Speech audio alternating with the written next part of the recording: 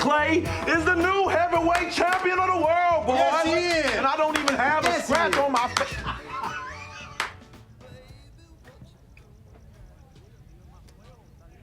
Oh, my goodness. Cash. Cash? What? Cash, what? Why am I so pretty? That was a scene from One Night in Miami, the Oscar-nominated film that recalls a real-life gathering of Jim Brown, Malcolm X, Sam Cooke, and Muhammad Ali. Back in the day, they and other black cultural legends were familiar faces at venues in Miami's Overtown section. Now, one location where they gathered has become a brand new hotspot, a branch of a Harlem restaurant that's earned national acclaim. There's a new restaurant in Miami where the brand fits the neighborhood.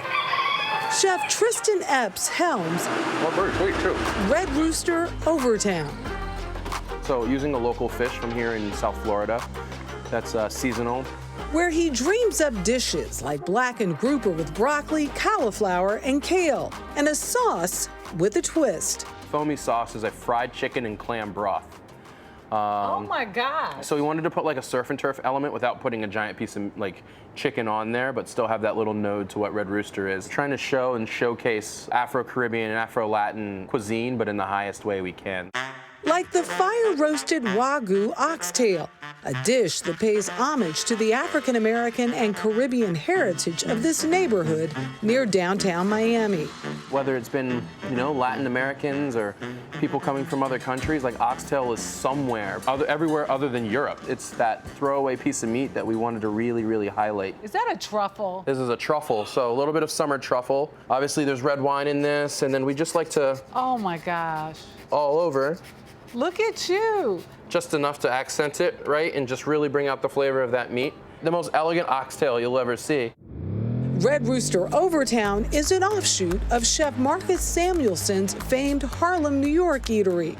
It's really clear to me you've made this Red Rooster your own. Yeah. I was there for 3 years. And I kind of took all of the places that I've been working with Chef Marcus and just kind of took it and really wanted to cook for the community. And right now, this is who I am. So what did you know about this neighborhood before you guys broke ground here? The first initial thing, right, was that this neighborhood wasn't safe. This neighborhood was, in fact, the ghetto. Did that intrigue you at all? It kind of did, actually. It kind of did. I wasn't scared of no hood. So I was like, I wasn't scared of no hood. But what I saw it was an opportunity to change its image. By reclaiming its old one, known as Harlem of the South, Overtown was a destination, a safe haven for blacks in the 1950s and 60s. People like Martin Luther King and Jackie Robinson and Billie Holiday used to hang out in this building playing pool because they couldn't hang out on the beach. They couldn't hang out anywhere else. Urban renewal came around. Highway cuts it through, right? Segregation is there, and drugs were introduced, poverty set in, and the neighborhood went into decline, right? So the opportunity to come to this neighborhood and basically pick up where this neighborhood left off was exciting to me. The reason why I came here to develop in Overtown is because that neighborhood deserves to come back. Bringing the restaurant here was the brainchild of developer Derek Fleming, a partner and co-owner of a project he's confident will draw others to these streets. So folks, when they think of Miami, they think of South Beach. They think of Wynwood now. How do you put the Harlem of the South back on the map? The history of this music, this art, this aesthetic, you can't find in those neighborhoods. What's the history of this place? That starts to be the defining factor for how people want to experience nightlife and socializing in a different way. For Chef Epps, turning tradition on its head is nothing new.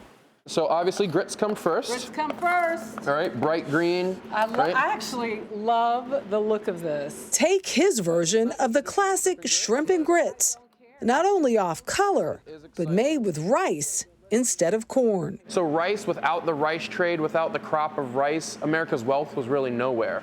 During that slave trade, we brought rice, or we brought the ability to cultivate rice and use rice. So it's a huge part of most cultures in the world, but a really big part of American culture. All right, so let's plate this up, huh? All right, looks so good. Local traditions, Epps hopes, will expand a love for the community. It is so satisfying to hear someone say, you know, I'm 50, 60 years old, and I've literally never been on this side of town before. And now here you are, sucking on my peasant dish, you know, all the way down to the bone. You know, like that is the most gratifying thing to me at all. I mean, of all of it. Just because, like, we put something here, we put a reason for people to come here and actually see the history of this neighborhood. And so, yeah, my first inclination was I was excited to come and show people that there was nothing, it's the hood, but come. Nothing to be now it's the neighborhood. You know what I mean? So it's like, it's great. So welcome to his neighborhood. Jeff's dying for the oxtail. It looks great. What a gorgeous piece. Oh, thank you. The whole restaurant, like the colors of it, the openness, just beautiful. Yeah, they have a tree that they built the restaurant around, which is like a century old. There's a Kara Walker, which is on the walls. Like, they really took pride in bringing like African American culture in every aspect into that building. What did you bring us? Oh my gosh. Red wine, but cornbread with this special buttery jam and Black Girl Magic red blend. The smell of this wine, oh my gosh. Yes, this is the McBride sisters. I don't know if you recall, I did a story on them many years ago, and they feature the McBride sisters and their wines. They also feature Uncle Nearest. I love this. Breakfast of Champions. Oh, did I drink on television? Tastes great. I think you've had drinks on television before, yeah.